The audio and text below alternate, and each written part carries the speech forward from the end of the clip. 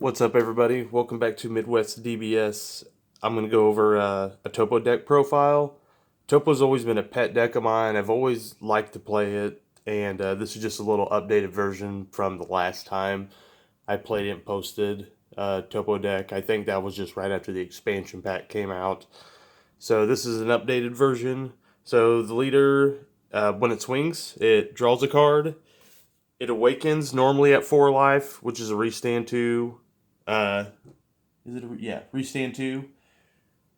And then flips, but you can awaken this early if you have a unison with a specified cost of 2. So that's the way you really want to awaken. You want to play your unison, flip it, take as much life as you can to bring you down to 6, just to add cards to your hand. And then when Toppo flips, he's a 15k. When he swings once again, he draws a card, and then he has a permanent. If you have a unison card with specified cost 2 or less, your opponent can only play 1 battle card per turn, and you can only play 1 battle card per turn. So it creates a dynamic in the game, which if your opponent's deck isn't built to play around Toppo, you could just win just because of what your leader does. So the important thing is to get a 2-drop unison and also be able to protect that 2-drop unison. So we'll go over. First off, still, in my opinion, the best unison in the deck. So we play a 4 of Vegeta. He's your 2 cost. You can tap him or tap another battle card to add a counter to him. You can -1. Your opponent can attack with battle cards with energy costs currently greater than the energy they have, so he can shut down big attackers if they're trying to go up a chain. -3. So a lot of times you're using this card as your kill card in this deck, actually. It's -3. It gains 5,000 power, double strike, and dual attack for the duration of turn. So because the 2-drop unison is so important to get in this deck, we play a total of 6. We also play 2 of the Gogeta. He's still good, but he's not as good as the Vegeta in this deck. But he has a lot of cool effects. His +1 is you can choose 2 yellow cards from your hand and discard them if you do. Draw 2 cards, so he can filter to see certain cards that you need to see. His permanent is if your energy, if all your energy is rest mode, he basically beans your leader for your opponent's turn, and also auto, and it's only once per turn. When your opponent activates an extra card, you can add a counter. And -4 is on turns. If you catch your opponent tapping out, you can keep him from only restanding 2 of his energy. So, but you got to be careful with that, because let's say your opponent has 2 energy tapped, they have a total of 4 energy and 2 open. That means they can still untap that 2 energy. So you want to catch your opponent tapped down with a lot of energy before you use that -4. We run one Mitch Kabura. One Mitch Kabura because he's really good. He's really powerful. He does a lot of strong things, but the biggest issue with him, he's not a 2-drop unison, so you don't get your effect off your leader with him, but he's still good enough to have in the deck just because what he does. The fact that he can just steal any of your opponent's battle cards is ridiculous, so that's the main reason why we play it.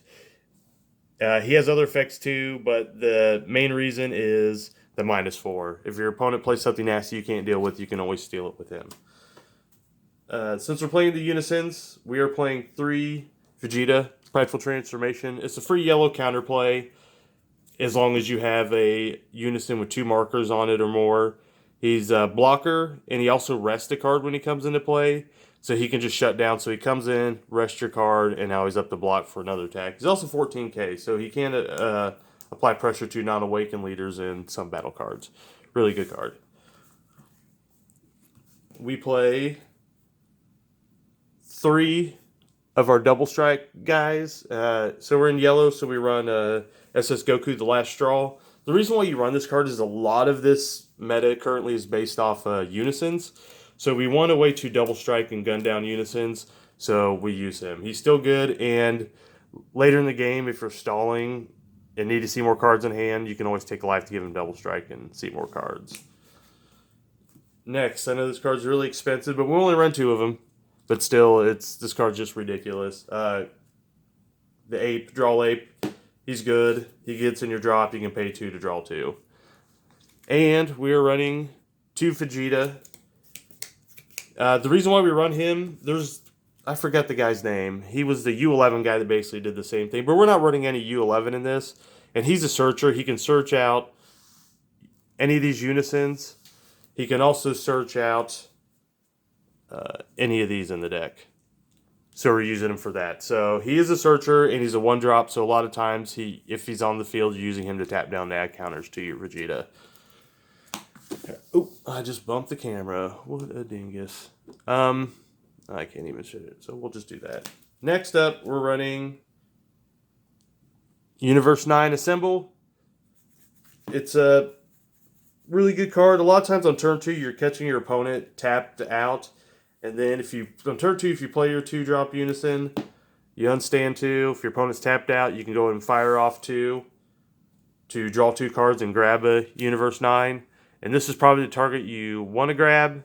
If you get multiple of these on the field, it's just very annoying for your opponent. Even one is annoying, but it's auto once per turn. When your opponent attacks, they have to tap down an energy.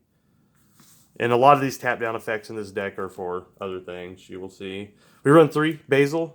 Another way to pressure your unisons. It's really good. If your opponent has 5 or more cards in rest mode, then you can activate auto once per turn. He gets an additional 15k and dual attack. Also, when he comes into play, you get to draw a card. And he has a permanent. You can only have one of him on the field at a time. But the cool thing is, sometimes people forget is that plus 15k, like say it's my turn, my opponent has the requirements to give him the boost. Okay, we got a 19k swing, because he's dual attack. Because of my opponent's turn. Sometimes they attack thinking he's still a 4k, but no, he maintains that till it goes back to your turn. So, that's a little neat thing. And since we have all these effects that rest cards... Oh, here's another effect that rest cards. We have Bardock. We're playing 3 Raiders Warcry. You can play 3. There's a good argument to only run 2 just because there's so many free counter plays running around. But it's still a good card. If you catch your opponent without a unison or a unison with less than 2 counters, then this is just ready just to hit the field and do what it's always done. Rest cards, draw a card, and a double strike 20k beater. Next, which are still more rest effects to go over, but same reason. Borgamo. If you rest one of your opponent's cards, and basically he comes in for a yellow, and it's basically a rival, but it's an auto. It's a yellow and one of any color, and then you get to choose up 2 of your opponent's cards, ignoring barrier, and send them to rest mode. So you can send energy and battle cards to rest mode. You can't send unisons to rest mode, but still a good card. We're in yellow, Zamasu, super combo. Great super combo. You combo it, take one of your opponent's battle cards, switch it to rest mode so it can out-combo an attack, and then rest mode another attacking card. And then that could bring out your Borgamos or other things. We run 2 Spiritfist. This can be... You can play it defensively, but a lot of times you're using it to end game. It gives your topo on one of your unisons up to 10,000 power. So on the turn where you're doing the negative, so he's going to get a 5,000 plus another 10,000 from this, and then he's dual attack, double strike, and then your leader gets the 10,000 buff too. So it's just really good in a deck that's running this unison. Like I said, you can also play it defensively because it does give him... It says, it's actually bet off your leader cards, Universe 11. Choose up to one of your leader cards and one of your unison cards with specified cost of 2, and it gets 10,000 power. So you can play it defensively to swing at your leader. And you also play it defensively if they're trying to only swing with 15k. You say no negates. They say they goes their turn. They're at 15k. They say no combo. You activate battle this, and then your unison's not taking the hit. Because a lot of times they don't see that coming. They just won't combo. They'll stay at the 15 just to knock off the counter. Counterplay, 2 Giant Ball. This could be Giant Ball. This could be Crusher Ball. Either or. They both work well. The only thing about Topo is I found out you need cards to keep your hand size high. So I chose Giant Ball. It just takes one of your opponent's cards, and it comes into play in rest mode, and then you get to draw a card, so it replaces itself. Now we're going to go over negates. We run 3 Nimbus. Nimbus is still good, even though people are playing Unisons, which has made it not as good, because it just allows your opponent more swings, but you still want to play Nimbus if you're in yellow.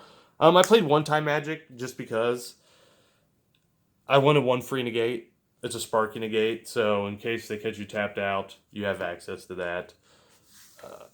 Release from Evil is at 2. It's another counterattack, and what it does is you play it when your opponent attacks, and then you choose the attacking card, ignoring barrier, and negate its skills. So it doesn't negate the attack, and it keeps it in switching active mode. But this is good against Gohan, or if they're just swinging in with like triple strike and won't negate the attack, but now it's just single strike. It's just a good card. And if you have your Unison in play, it can be a free play as well, so it won't cost you any energy. This bad boy, a lot of times you're charging it as energy, but against certain decks, tap out decks, this card is nuts. Because if you catch your opponent with too many energy tapped, with all their energy tapped, is it permanent? When all your opponent's energy is in rest mode, yeah. And you have ways to put their energy in rest mode, so you can kind of help with that effect. This basically becomes a 4-drop. It's triple attack, it's barrier. When you play this card, choose all your opponent's battle cards, ignoring barrier, switch them to rest mode, and those cards can't be switched to active mode until the start of your next main phase. So, when it does come to play, you can choose all your opponent's battle cards, tap them all. You might be winning this turn just because he is a 25k triple attack barrier. But if you don't, when it goes back to their turn, all their cards stay in rest mode until your next main phase. Which basically means until their next turn. So, since we have so many ways to rest cards, if you rest card off the Zamasu super combo or this guy, basically, once a card goes into rest, if you have 5 energy, you can free... Is it 5 energy? If you have 5 or more energy, you can free play this. So it's just a free play. So it's 25k, double strike, free play. That's good. For free. Once again, Shroud in a Mystery. It is basically an SCR. This card is so good. You just tell your opponent you can't do words except for on your leader. That means no negates, no super combos. Anything that has text, basically they just don't get to do. So it's amazing. It's double strike, and it just wins games. Even though your opponent's playing 1 battle card per turn, you're resting a lot of cards and attacking down. If things do get a little bit out of control, you have one of the best board control cards in the game right now, in my opinion. And you play 2 in the main. You can play more on the board, but he basically plays for free, because you're going to overwhelm for 6, and you get to take up to 6 energy costs on your opponent's field and send them to the warp. So, just good board control. So, that's it for the updated Toppo deck. I just like Toppo. It's not necessarily like meta, so to say, but as you can see, you can play, since you're in yellow, you can play a lot of meta cards and still build a very powerful deck without playing Gotenks. So, that's all I got for you guys today. Thanks for watching, and see you next time.